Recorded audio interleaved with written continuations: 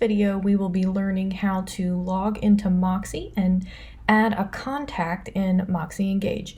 So I already have leverage up. And if you have already favorited the MoxiWorks page, it will show up under these two boxes right here. MoxiWorks is right here for me because I've already done that. Instead, I'm going to go the long way, and we're going to find it through the toolbar over here. I'm going to go over to Agent Tools on the left, click it. Now I'm going to go down the list until I find MoxiWorks, which is right here for me. My list is probably a little longer because I have admin stuff in there. We're going to go to this other page and click Login to Moxie. All right, it's going to take you to your dashboard with all the Moxie programs up at the top of the screen. We're going to click Engage.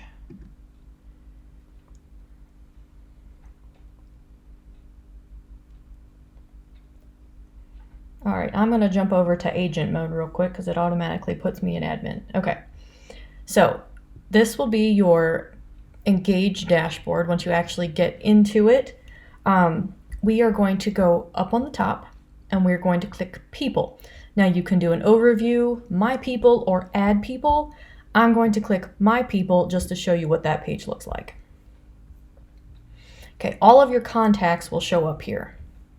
As you can see, I just have everybody in the office.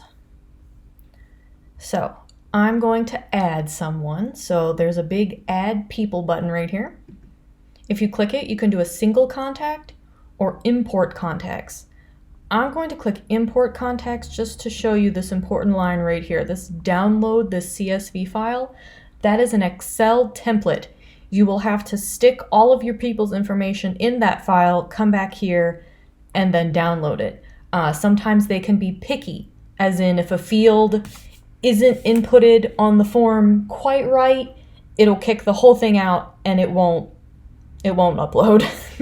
They can be finicky at times.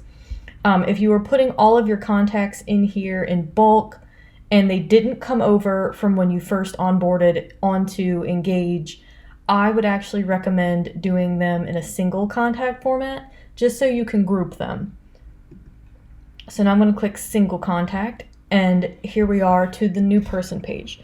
I'm going to do my dad just as a test person.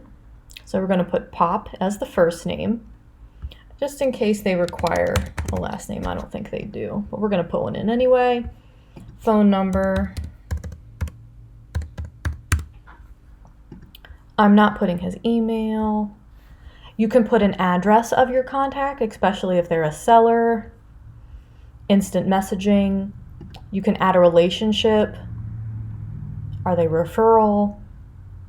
Something custom. You can add dates to the person, birthday, anniversary, house anniversary, or a custom date.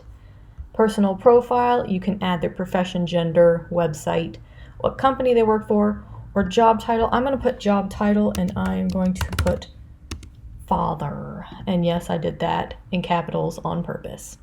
You can also upload their social media accounts. Down here at this bottom part, if you choose collaborator or personal and continue to the next step, you cannot change that. I don't recommend choosing either one of these. I mean, collaborator could be like a lender, potentially. And then, of course, you have past seller, past buyer, or recruit. I'm going to hit Done. And he has been created. Now, this very top screen is they're going to want you to group him, not as like an email group, but just a group so you know what this person is at a glance. Are they a client? Are they a non-client? I'm not going to do that. In the center here, you have all the information that you just inputted on the person. On the left-hand side, you can add a transaction. If he is a seller, a buyer, something's going on. Notes. If you have any notes from your email or anything, they will sync over once you've typed them. Activity. We haven't really done anything with him, so there's nothing here to show. Faves and saves would be if he gets neighborhood news, if he logs into a website, anything that he saves would go right under here. Okay, so subscriptions is the lovely neighborhood news. You can add the actual neighborhood news, which is right here. You can put them on a zip code search. So all houses, let's say, pops up in Shepherdstown, they will be sent to him on a monthly interval. I think the monthly interval is the standard one. You can change the frequency. You can just stop it. You can send them early.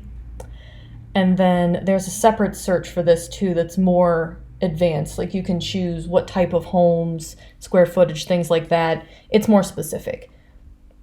And then we have the listing announcements. If you get any listings or just sold stuff, you can have this person receive those as well.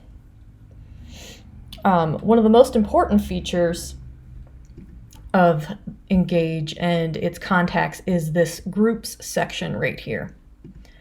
So I do have some groups made. And when I click add him to a group, okay, it just had a moment. Add to group, here we go.